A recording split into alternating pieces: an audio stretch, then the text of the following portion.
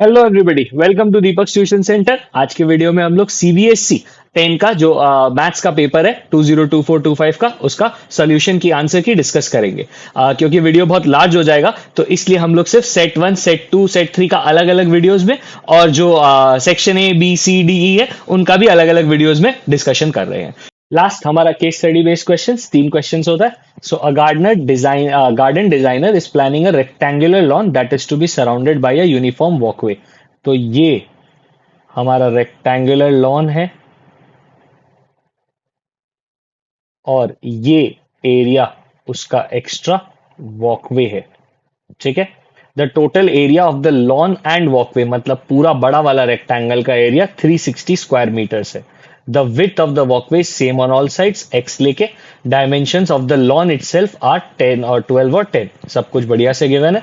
Formulate a quadratic equation representing the total area of the lawn and walkway, उसको x लेके। So basically ये जो पूरा side है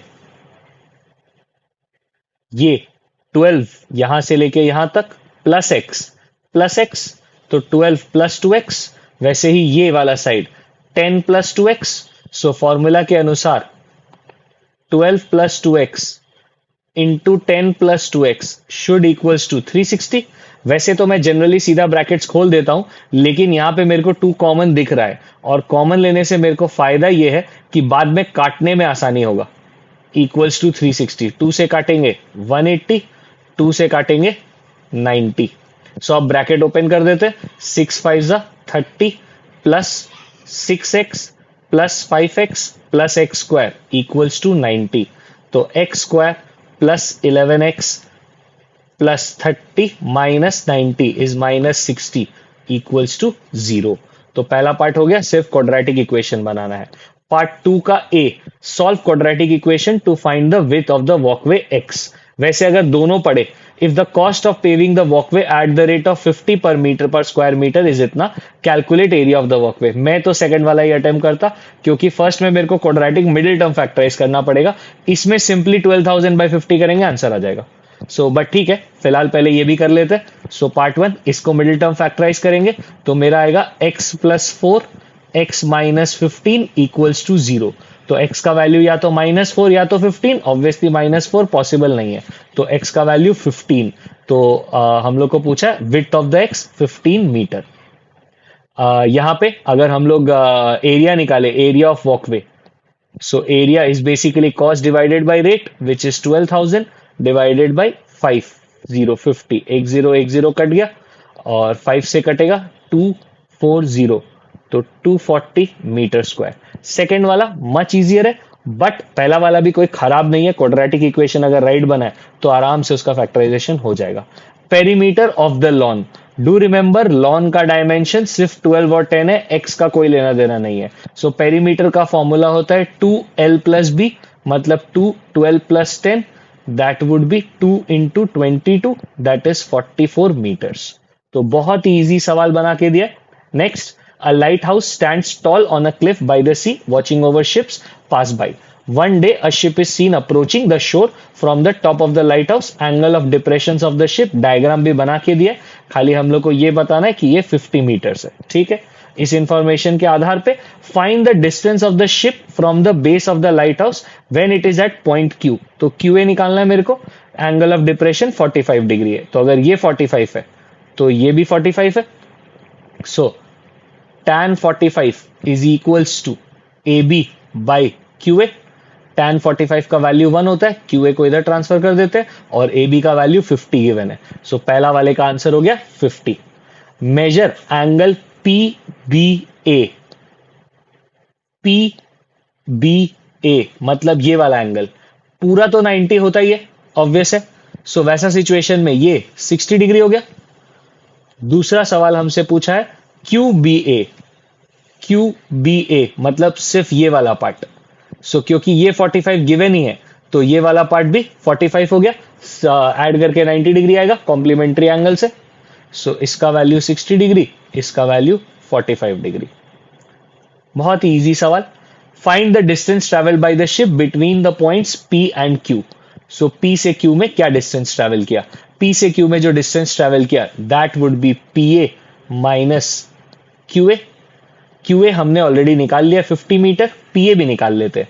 पीए बड़े वाले ट्रायंगल के हिसाब से tan 30 डिग्री, इसका वैल्यू 30 डिग्री है, is equals to A B divided by PA.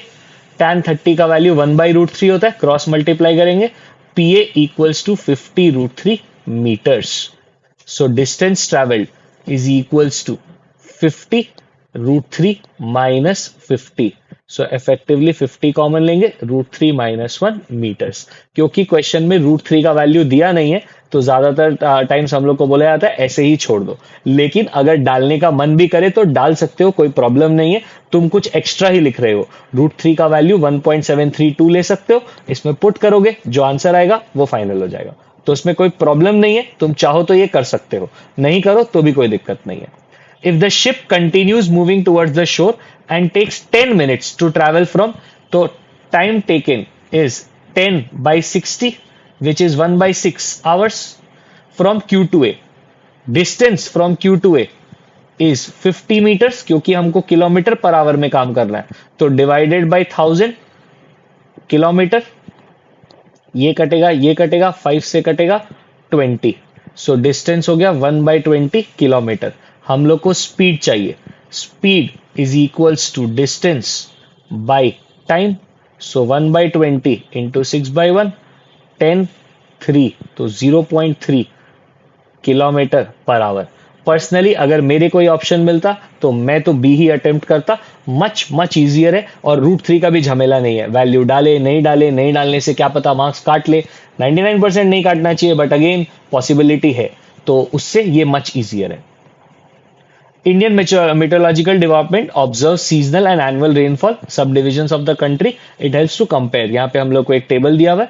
Right the model class, model class वो होता है जिसका फ्रीक्वेंसी हाईएस्ट होता है। सो 600 से 800। Find the median of the given data. Median निकालने के लिए हम लोग सबसे पहले CF निकालते हैं। सो CF क्या आएगा हमारा, 3 4 3 7 7 7 14, 14 + 4 18, 21 24। तो सबसे पहले हम कैलकुलेट करते हैं n/2 विच इज 12। 12 किस में लाई करता है, इसमें। तो बेसिकली यही हमारा मीडियन क्लास है।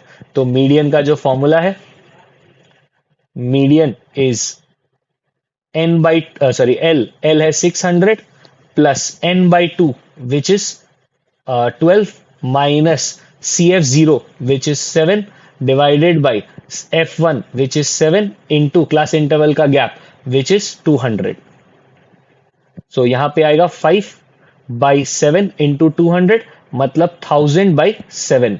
कितना भी मन करे LCM मत लेना, 600 को 1000/7 कर लो। 1000 को जब हम लोग 7 से डिवाइड करेंगे तो हमारा वैल्यू आएगा 142.86। तो ये हो जाएगा 742.86 मिलीमीटर। ये हमारा आंसर हो जाएगा। अगर मीन कैलकुलेट करना है तो उसके लिए सबसे पहले XI निकालना होगा। XI 200 400 का आएगा, 300 500 700 900 1100 और 1300। इसके बाद FI/XI कैलकुलेट करेंगे। सो दिस इंटू दिस, सो अच्छे से अगर लिखेंगे 900 5 4 जा 20, 2000 7 जा 49, 4 9 जा 36, 11 3 जा 33, और ये 13 है तो 13 3 जा 39। इसका टोटल कर लेंगे 2020, 9